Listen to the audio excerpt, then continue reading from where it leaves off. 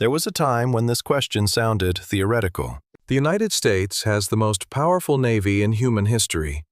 It has carrier strike groups, submarines, destroyers, long-range bombers, surveillance aircraft, precision missiles, and a military budget larger than the next several countries combined. So when people looked at the Strait of Hormuz on a map, a narrow passage at the mouth of the Persian Gulf, the answer seemed obvious. If Iran ever tried to shut it down, America could simply move in and reopen it. But now that question is no longer hypothetical. As of mid-March 2026, the Strait of Hormuz has been described by the U.S. Energy Information Administration as effectively closed to most shipping traffic. The reason is not that the channel has been physically sealed like a blocked canal. It is that the threat of attacks and the cancellation of insurance coverage have pushed most tankers to avoid the route altogether. The International Energy Agency says roughly 20 million barrels a day passed through Hormuz in 2025, about 25% of the world's seaborne oil trade, and that options to bypass it remain limited. That changes everything. Because the real lesson of Hormuz is not that the United States is weak. It is that in certain places, overwhelming military power does not automatically translate into usable control. You can dominate the sea in a general sense and still fail to make a choke point safe enough for global commerce. And in Hormuz, that difference is the whole story. If you want to understand why the U.S. cannot simply take over the Strait of Hormuz, you have to start with the most misleading thing about it: its size. On a map, Hormuz looks small.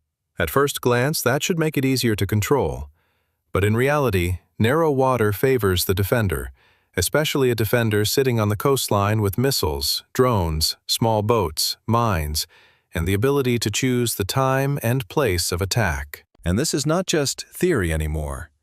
The current crisis has already shown that Iran does not need to permanently occupy the strait or defeat the U.S. Navy in open battle. It only needs to make transit dangerous enough that shipping companies, crews, insurers, and governments start saying the same thing. Not today. That is exactly what is happening now. Brent crude moved above $100 a barrel, trading around $104 in early March 16th trading, according to AP, after the conflict cut deeply into normal Gulf shipping flows. The IEA also approved a record 400 million barrel emergency release from member country reserves, the largest in its history, to try to calm the market. So this video is not about whether America can destroy Iranian targets. Of course it can. This is about something much harder: whether America can make one of the most dangerous waterways on Earth feel safe enough for the world's economy to trust it again. The first trap in this story is visual. People see a narrow strait and think it should be easy to secure. But choke points are dangerous precisely because traffic becomes predictable. In 2025, around 20 million barrels per day of crude oil and oil products moved through Hormuz. About 80% of that was destined for Asia. The strait is not just important, it is one of the most critical transit points in the global energy system. And yet, there are only limited ways around it. The IEA estimates that alternative pipelines can redirect only about 3.5 to 5.5 million barrels per day, far below what normally transits the strait. That means even if Saudi Arabia and the UAE push more crude through overland routes, a huge gap remains. Hormuz is not a route that can simply be replaced on short notice. That matters because tankers are not fighter jets. They are massive, slow-moving commercial vessels. They do not zigzag at high speed. They do not improvise new sea lanes every morning. They move through known corridors, at known speeds, through a narrow maritime funnel, often with cargoes worth hundreds of millions of dollars. That predictability creates what every military planner recognizes immediately: a target-rich environment. So when people ask why the U.S. cannot simply reopen Hormuz, the answer begins here. Reopening a choke point is not the same thing as winning a naval battle. A navy can clear a space for a moment, but to keep commerce flowing, it has to keep that space safe, hour after hour, day after day, for ships that cannot defend themselves and cannot afford to be wrong even once. This is where many discussions go wrong. Iran does not need to beat the United States at classic blue water naval warfare. It does not need to sink a carrier or seize permanent command of the Gulf. Its goal is something smaller, and in some ways, more achievable. Sea denial. Sea denial means making a body of water too dangerous for someone else to use normally. And for that mission, you do not need a larger navy. You need the right geography, the right weapons, and the willingness to absorb damage while continuing to impose risk. That is why Hormuz favors asymmetric warfare. Iran can threaten the strait from land, from the air, and from the water. Coastal missile batteries, drones, naval mines, and swarming fast attack craft are all dangerous in confined waters close to shore. Even if most attacks fail, only a few have to succeed to change the psychology of the route, and that psychology is already visible in the current war. According to the Associated Press, at least 19 commercial ships in the wider region had been damaged by last week, and some ships in or near Hormuz began broadcasting messages such as "China owner" or "China owner and crew" through their transponders, in an apparent attempt to signal neutrality and reduce the chance of attack. That detail matters because it reveals the actual atmosphere of the waterway. Not normal trade, but fear, improvisation, and political signaling by civilian crews. That is what sea denial looks like in practice. You do not need to close every inch of water. You only need to make captains hesitate, insurers panic, and shipping managers decide that one more voyage is not worth the risk. There is another reason Hormuz is so hard to take over. The economics of attack and defense are brutally uneven. A country trying to disrupt the strait can use relatively cheap tools. A mine is cheap. A one-way attack drone is cheap compared with a destroyer-launched interceptor.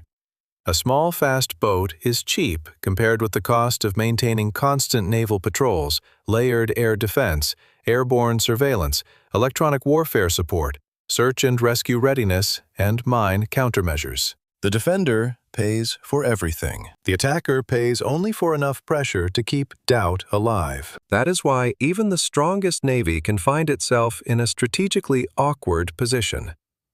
The U.S. and its partners may spend enormous amounts to protect shipping, but the system still fails if a handful of low-cost attacks create enough uncertainty to stop normal traffic. The EIA made this point in the language of markets rather than warfare. It said the strait was effectively closed to most shipping traffic not because it was physically blocked, but because the threat of attack and the cancellation of insurance coverage led most tankers to avoid the route. That single sentence explains the modern battlefield better than any missile diagram. In other words, the decisive target may not be a ship. It may be confidence. And confidence is much harder to defend than a hull. This is the part most military analysis misses. People tend to imagine a shipping lane closes when ships are sunk in large numbers. But in reality, global trade often stops earlier than that. It stops when insurers refuse to cover voyages, when underwriters classify the route as a war zone, and when the expected financial loss becomes too large for companies to accept. That is exactly why Hormuz is so dangerous. A tanker can still physically pass through water that has not been mined end to end. But if there is a credible chance of missiles, drones, boat attacks, or floating explosives, then the decision is no longer made by admirals alone. It is made by insurers, charterers, cargo owners, financiers, risk committees, and legal departments. And once those actors lose confidence, military escort by itself may not be enough. That is why the video title matters so much. The real question is not whether the U.S. can put warships into the Gulf. It obviously can. The real question is whether it can restore a level of confidence that makes private companies willing to sail through a live fire zone in routine commercial fashion. Right now, the answer appears to be no. The EIA says most tankers have avoided the strait because of attack threats and insurance cancellations.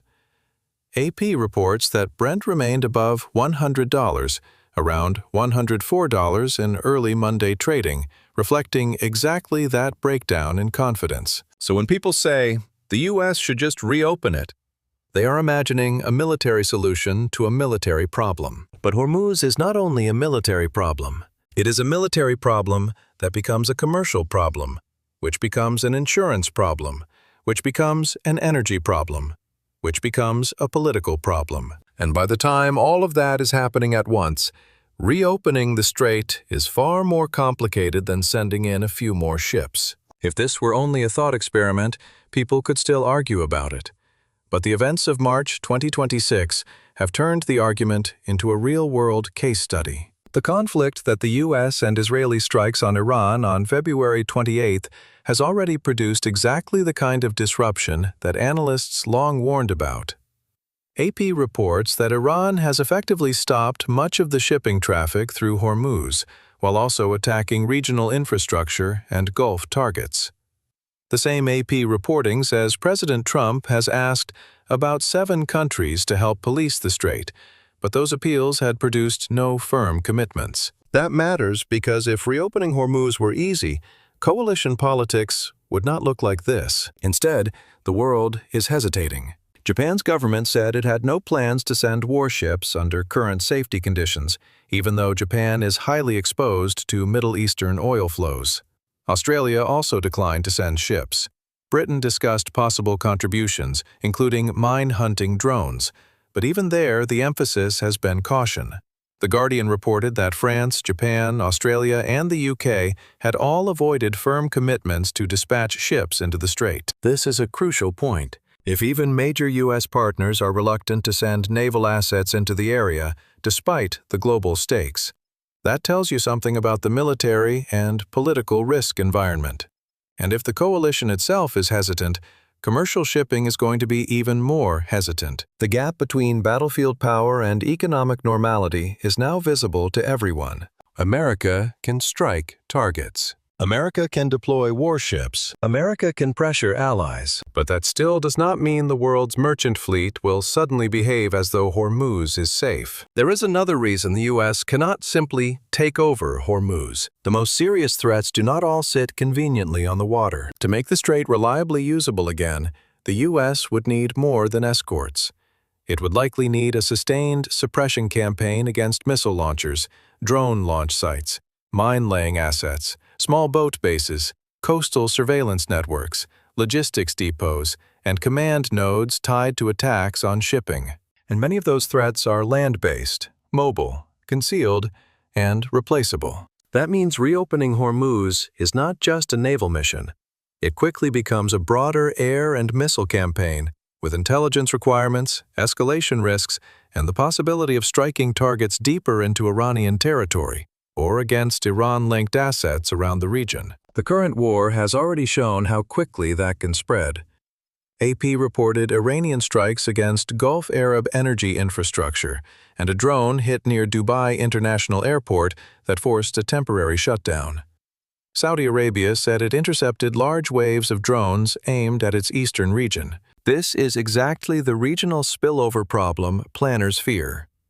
Once the conflict expands, securing a shipping lane is no longer separable from protecting bases, ports, airports, energy terminals, and allied states across the Gulf. So even if the U.S. can clear mines and escort some tankers, the larger campaign may still fail to restore normal commerce unless the broader threat network is suppressed for a sustained period. That takes time, and time is exactly what markets hate. Another reason Hormuz matters is where the oil is going. The IEA says around 80% of the oil transiting the strait is destined for Asia.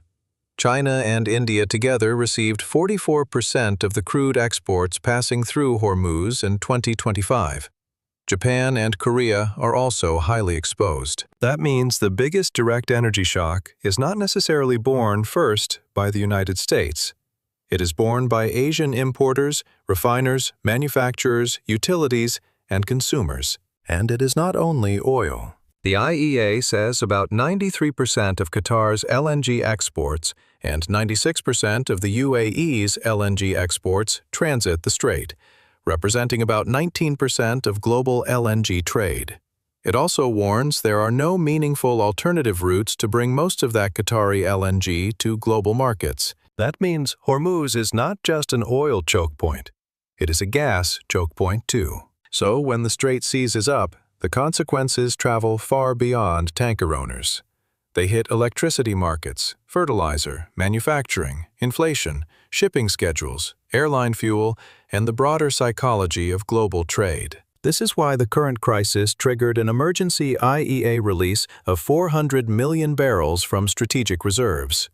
Governments understood immediately that even if the physical disruption proved temporary, the economic signal was already catastrophic. And yet even that enormous intervention is only a bridge. Strategic reserves can buy time. They cannot replace a functioning Hormuz. Here is the central paradox. The U.S. may be able to destroy a huge amount of Iranian military capability and still not solve the problem that matters most. Because Iran does not need to hold the strait in the conventional sense. It does not need to occupy it, administer it, or dominate it with capital ships. It only needs to keep proving that normal passage is unsafe. That is a much lower bar. 1 or 2 successful strikes on a tanker, a rumor of mines, a drone interception over a port, a pause in insurance coverage, a line of ships waiting outside the Gulf, a handful of vessels changing their transponder messages to advertise political neutrality. These do not look like great naval victories, but strategically, they may be enough. And that is what makes Hormuz so difficult for the U.S. to take over. Military planners think in terms of dominance, suppression, and deterrence. Markets think in terms of tail risk. A navy may judge the route acceptable. An insurer may judge it unacceptable.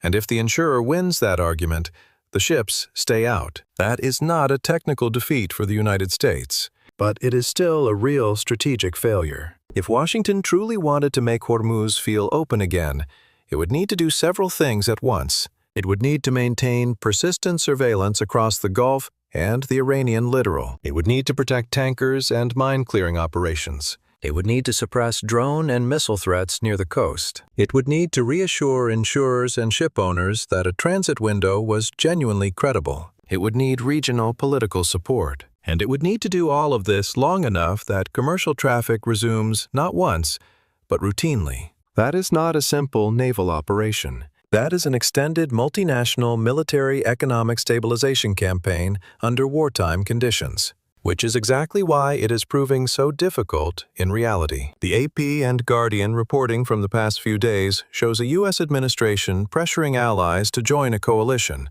while partners remain cautious and shipping remains disrupted. The EIA says the strait is effectively closed to most traffic. The IEA says this single choke point carries a quarter of world seaborne oil trade and nearly a fifth of global LNG trade. All of those facts point to the same conclusion. Reopening Hormuz is not a matter of brute force alone. It is a matter of rebuilding trust under fire. And that may be the hardest mission of all. So, why can't the U.S. take over the Strait of Hormuz? Because the strait is not a fortress waiting to be captured. It is a fragile artery of global commerce running through a battlefield. Because the United States can destroy targets, but destruction is not the same thing as making trade feel safe. Because narrow water, coastal geography, mines, drones, missiles, and fast boats all favor disruption over stability. Because insurance can shut down shipping faster than gunfire. Because coalition politics move slower than markets. Because Asia's energy dependence magnifies every shock. And because Iran does not have to win control of Hormuz to make the world pay for using it. It only has to make the cost of passage feel intolerable. That is the real lesson of the Strait of Hormuz. Not that American power is imaginary, but that in modern conflict, the strongest navy in the world can still face a place where the mission is not just to defeat an enemy, but to convince the entire global economy that it is safe to come back. And that is a far harder thing to command than the sea itself.